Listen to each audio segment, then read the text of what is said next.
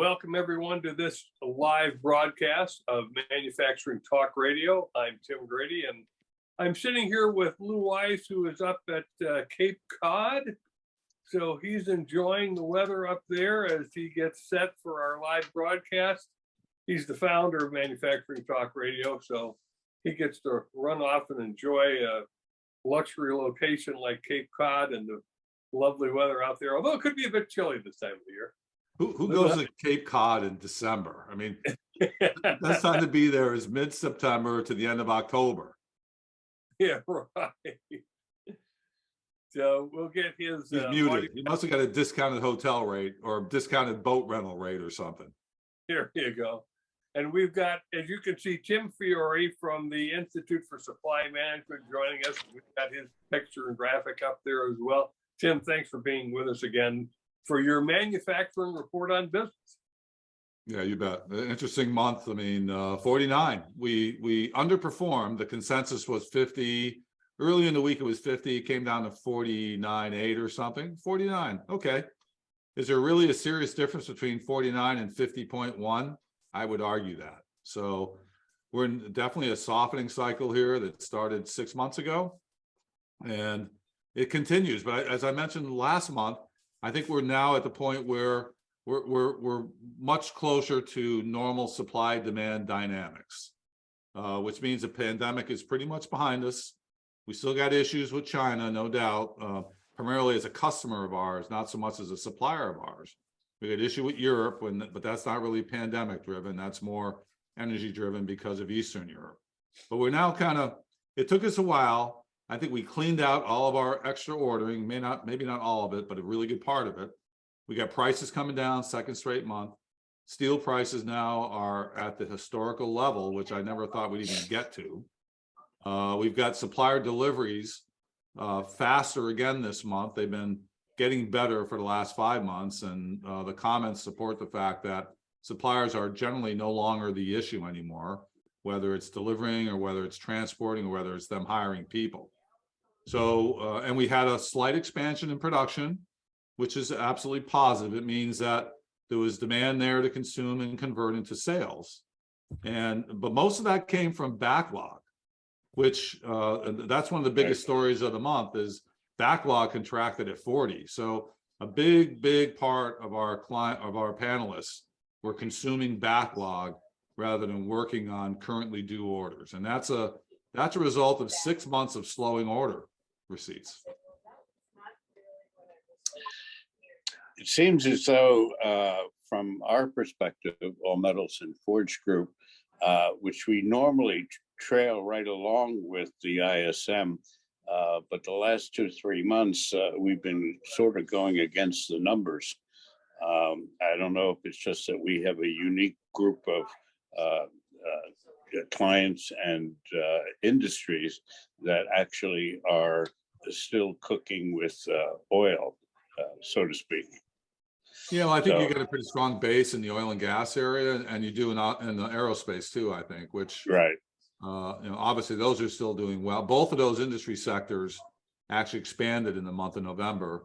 The other 4 of the big 6 contracted. So right. Transportation equipment expanded, not heavily, but they still expanded. They helped the PMI. And petroleum and coal products, which isn't mining, it's the refining side of it, did acceptably well too. Again, not really strong expansion, but yeah, I mean, so let's talk about it. So demand, you guys know I talk about demand. It's new orders, it's new export orders, it's backlog, and it's customer inventories. We've already talked about the backlog. We talked about the new orders. New export orders were a little bit better than the prior month, but still contracting. And the indications are that China and Europe is still kind of stuck, and they're going to be stuck for some period of time.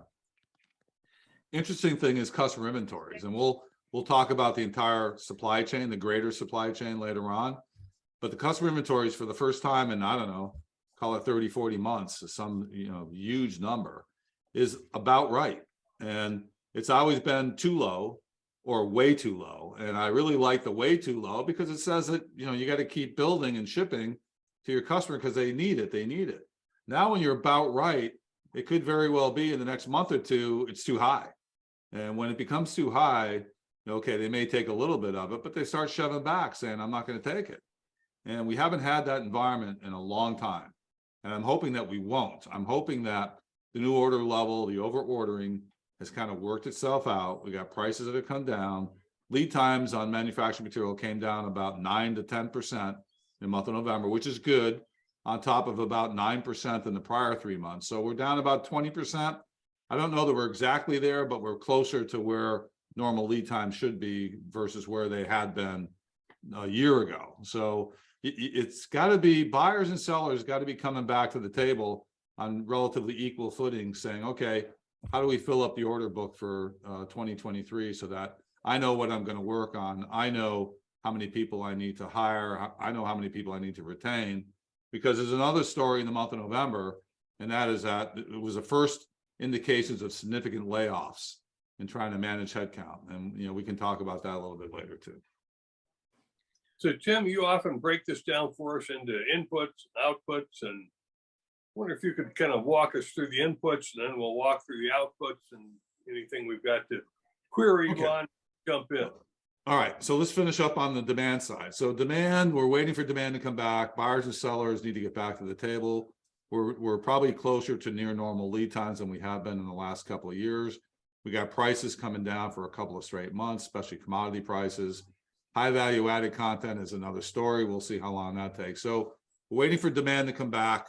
In the meantime, companies are consuming their backlog, which that's what it's there for. But you don't want to do that for long term.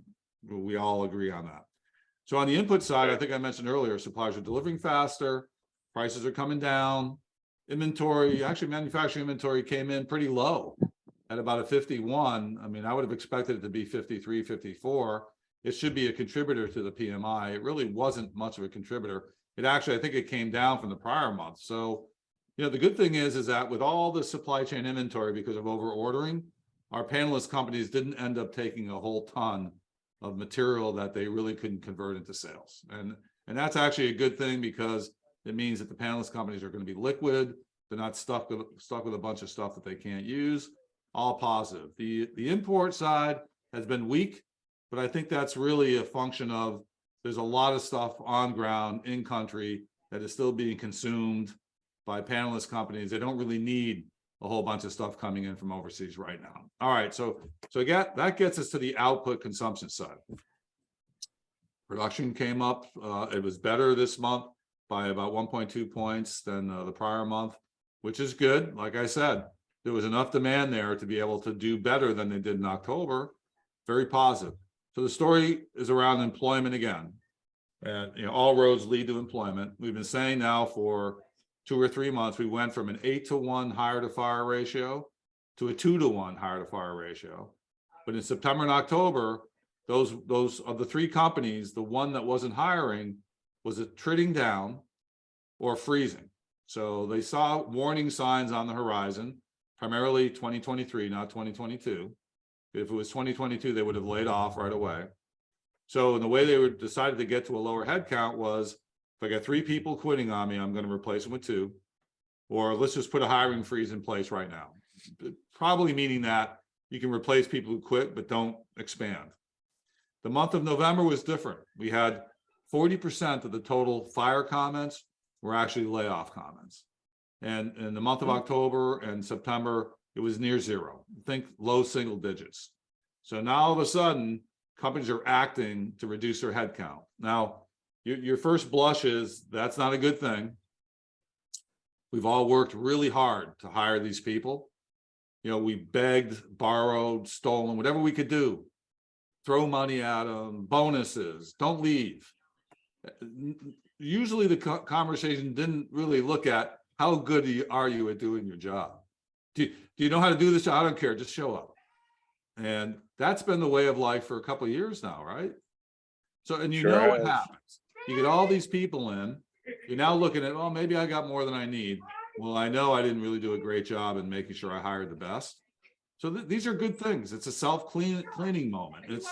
It's okay. You hired 20. Let's say that 2 or 3 of them aren't going to perform. They're not performing. Some of them didn't show up to work on Thursday, never gave you a reason, mental health, whatever it was, they just didn't come in. So now it's time to kind of clean it up.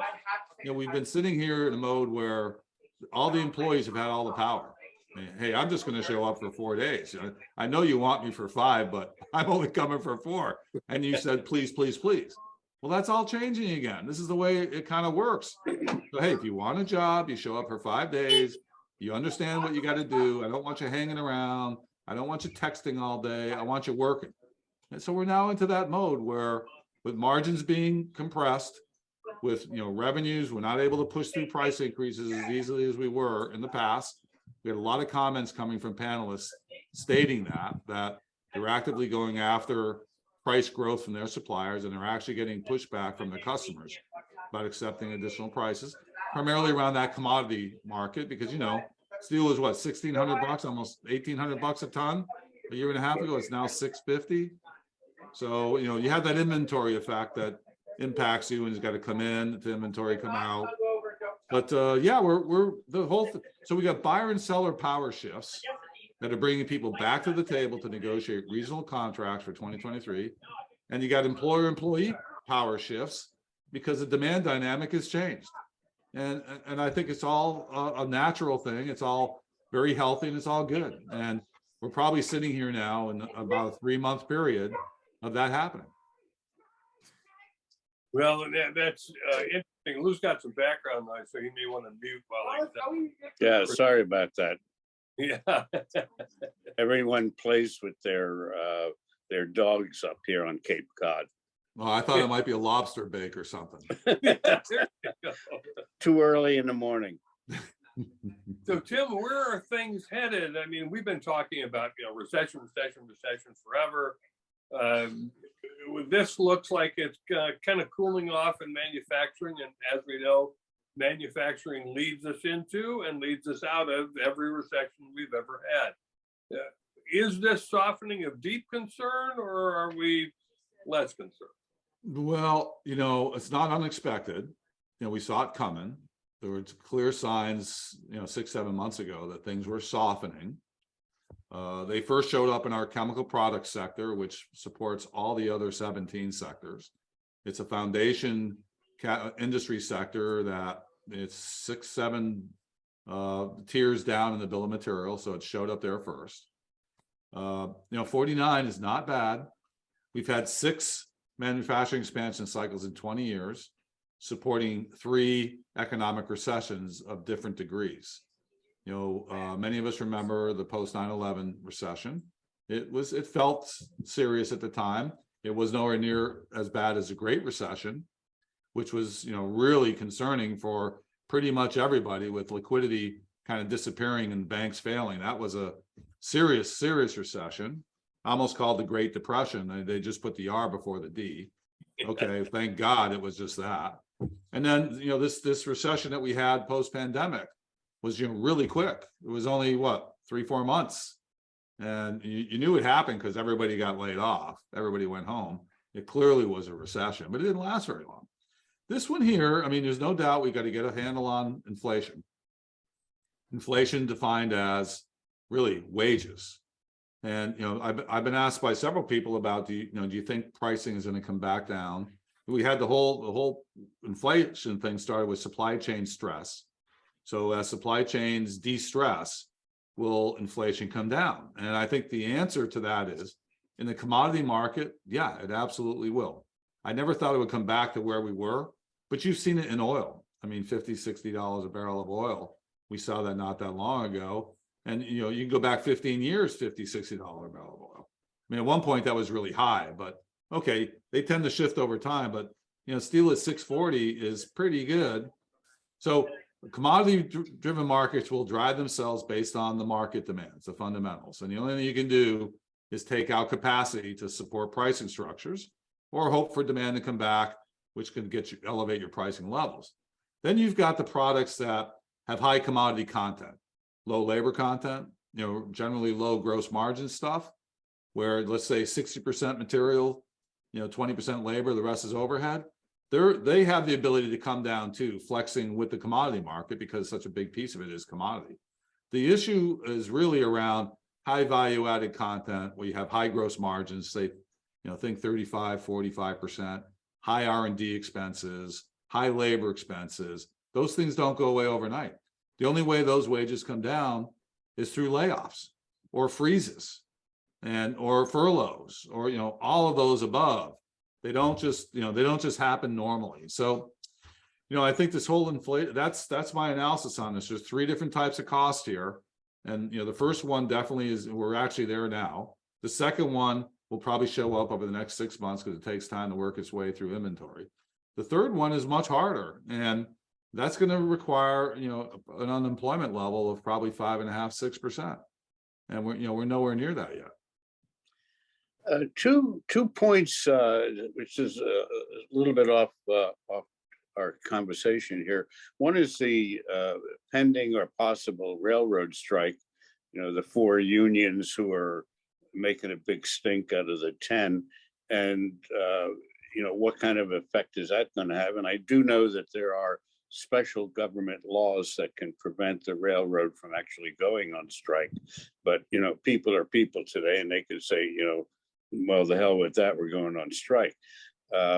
Where are you on that? How do you feel about that? Well, I think it'll get resolved. Right. You got to figure they're arguing over pennies here in the big scheme of things. It's more, right. It's more emotional than anything. They want an extra day or two off, and they probably already get 3 or 4 weeks, maybe 5. Right. Okay, what's another day? Or it's more emotional. So, and the railroads have made a ton of money over the last 2 or 3 years. They're not sitting in the best of positions. The only thing they can say is, well, demand's softening, so the future doesn't look so good. Well, so what? Take care of the work. And the fact that the president had to punt to the Congress is shocking to me. But okay, I guess that was politically expedient, whatever. But no, I don't see the strike. Do you think a strike's coming? Well, I was just handed a note. House approves tentative labor deal to avoid rail strike, sent to the Senate. This just came in recently. They approved it. Okay. Yeah. Nice. So that ends that topic. Yeah. Well, I think your point though is, will the engineers and stuff go ahead and come to work? I mean, I guess it'll be a wildcat strike if they don't. I guess I don't know. Work it out, for Christ's sake. Yeah, for sure. And then the other point, of course, is the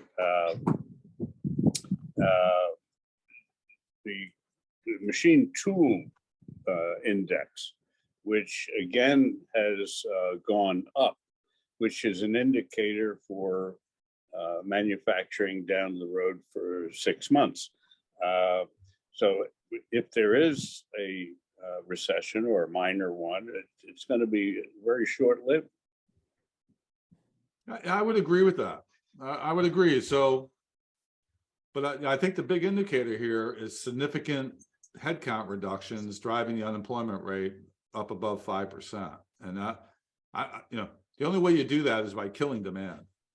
And the question is, do you kill it for 3 months, or do you kill it for 9 months, or do you kill it for 2 years? And that's like the fine dance that has to occur. And, there's such a lag effect in all of this stuff. And to be able to, is it realistic to even think that you can plan for that? I don't know. Well, all you could do is really cross your fingers and hope for the best, really. Yeah, I think that's kind of right. I mean, there's a lot of talk here about don't overshoot, and okay, I think Chairman Powell indicated yesterday that, maybe we'll just do a 0.5 point in December, probably prudent. There's no sense in overdoing it. He's not really underdoing it. The way he underdoes it is by reducing the rates. So he's still climbing the rates, which is probably appropriate. And, if you look at the PMI information, it's our first sign of layoffs, and we lead everything. We lead the general economy, and we're 6 to 9 months ahead of a general recession.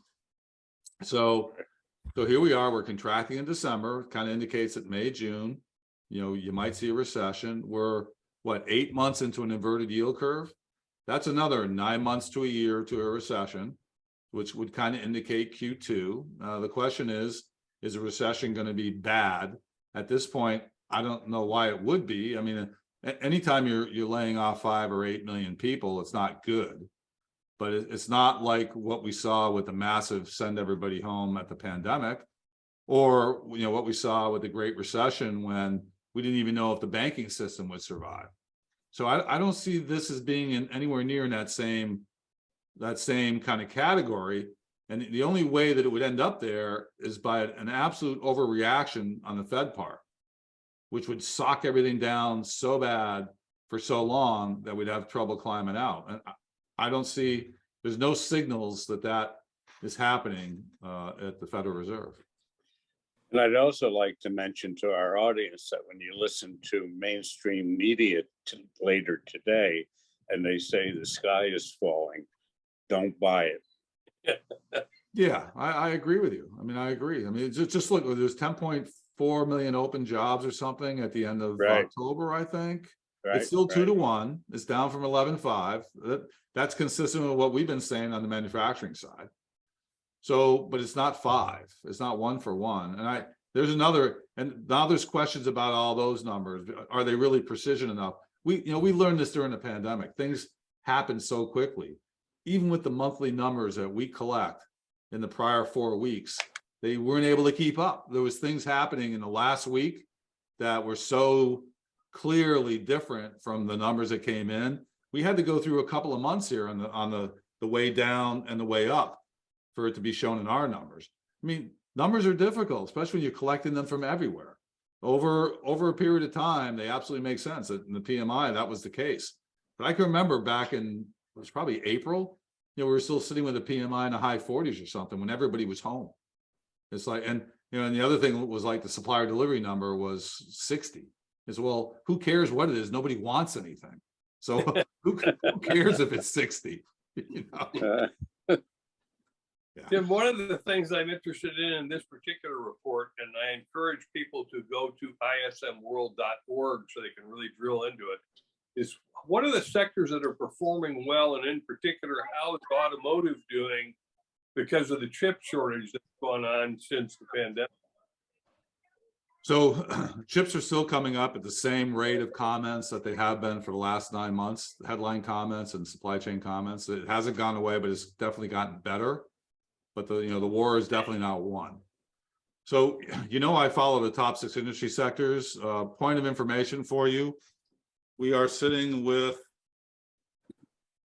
67% of manufacturing GDP is in contraction, up from 27% in September, I'm sorry. And there was a midpoint there, I think it was 45 or something in October. So, we're making our way. 67% of manufacturing GDP is in contraction. Now, the big 6 that I follow, there's only 2 that are not contracting. And as I mentioned earlier, it's petroleum and coal products and transportation equipment. All the rest are contracting. The one that's contracting the worst is really chemicals. And it has been for 5 months, 4 or 5 months. Computers is down, food and beverage is down, think 49, similar to the PMI number. So I wouldn't call that really bad. And, if those numbers were in the 43s, I'd be much more concerned. But when you got your top 6 industry sectors making up 70% of manufacturing GDP, still performing relatively well, in spite of all the headwinds, the over ordering, the excessive pricing, now the unwillingness of customers to really take price increases, the long lead times, the interest rates going up. There's no support from the international markets. It's pretty commendable. To your point that you've made in the past, when the ISM number is 49 to 50, it's really still 50. It's just that you don't really know for sure. Yeah, I agree. I mean, what's the difference between 49.9 and 50.1? 0. Maybe one of our thousands of panelists saying no, it was the same, or no, it was lower. Right. It's maybe one comment, because remember, if you say it's lower, then it counts for nothing. If you say it's the same, it's a half a point. If you say it's up, it's a point. So if you really get down to it, that's about it. So that's why 48 to 52. Hey, I'm okay with that, given where we're at. I'm disappointed we didn't hit our average 34-month expansion cycle. This one was only 29, I think it was 28, 29. Yeah. Okay, but we spent so much time over 60. I guess we kind of burned ourselves out. And I think, if the Fed hadn't stepped in March, it would be different. But I mean, the Fed wouldn't have had to step in March if it didn't have very significant price increases across the board that everybody took because you didn't have a choice. But now we all have choices, and we've got that normal buyer-seller relationship coming back into play.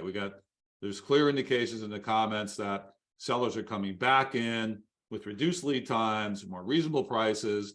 Their order books are kind of dissipating away after 7 months of new order placements being reduced. So, it gets it back to a normal business environment, which is where we want to be.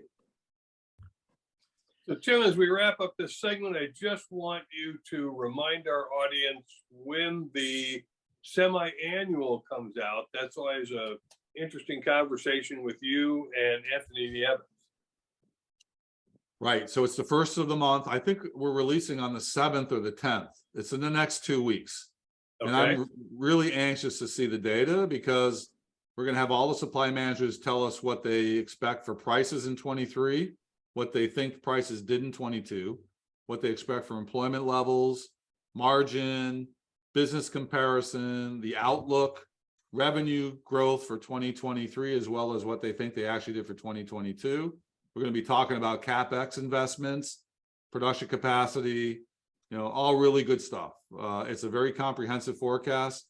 We do it twice a year. We do beginning, end of the year for the next year. We take a look back too, and then in May we do an update. So it's time. I think it's going to be really enlightening. I think it's going to help guide us because it's very unclear now. And the problem is that the panelists who are going to fill this thing out, it's probably unclear to them too, because we've all tried to set business plans for 2023, and we're not really sure what the future looks like. I mean, I think I can sit here and based on what I've seen, I don't see the Fed being accommodative in 2023, but I don't see them being super restrictive. So, okay, let's let normal supply and demand kind of take its course. But, international markets are not going to help us. Cost of debt's not going to help us. We know that. So it's going to be really interesting. So we're going to see a boom or a bust. Yeah, or a stagnation. Now there you go. I didn't count on that. Yeah, we could be in a period here of pretty much 48 to 52 all the way through the first half. I mean, there's been a lot of debate about when is the recession showing up. Second half, first half, second quarter. I don't know. We asked those questions about price growth and sales projections, first half, second half. We'll see what the community says. It was kind of clear this year that we thought that second half of 22 would be better than the first half of 22. And I think that's exactly what happened. I think from an output standpoint, it happened because supply chains got relieved somewhat. We were able to convert material and labor into sellable product. And I think that happened in the second half. I think we performed much better in the second half than we did in the first half. And we also predicted that prices would grow in the first half and stabilize in the second half. And I think that's exactly what happened. I think we stabilized in the summer and we're now seeing prices come down. So here's for your listeners, we did predict that we would see an 11.4% rise in prices through May of 2022. And by December 22, we'd see an 11.1. Now we're in that forecast, we've asked them, what did you see in all of 2022? It's going to be interesting whether it's 11.1, whether it's 13.1. But we've had help here in the commodity markets in the last 3 months, which is even if it hit 15 in the summertime, it's probably coming down. But that forecast is going to be really interesting. We'll spend the time with your listeners to walk through it. We look forward to that meeting. So you have a good holiday. Have a good end of the year, as we all hope for. And Tim, it's good seeing you all dressed up in your nifty yellow and black and gold tie. Me, of course, I'm up on the Cape, so my yellow and black is a little different format. Next month, I'll be also away. I'll be in Florida, so I'll have to take my yellow shirt and black t-shirt and do this again. Guys, it's great as usual. Yeah, thanks, everybody. Appreciate it. We'll see you on the forecast update. You bet. You bet. Great. Look forward to it. Thanks, everybody. Just want to remind our listeners to go to ismworld.org to check out this report. You can visit us at jacketmediaco.com. And very soon, you're going to begin hearing us on terrestrial radio, AM channels. We're expanding that reach. So stay tuned, and we'll put a notice up on Jacket Media Co. where you can find us on AM. Thanks for listening. Take care, Tim. Bye-bye. Thanks, Lou. Bye-bye.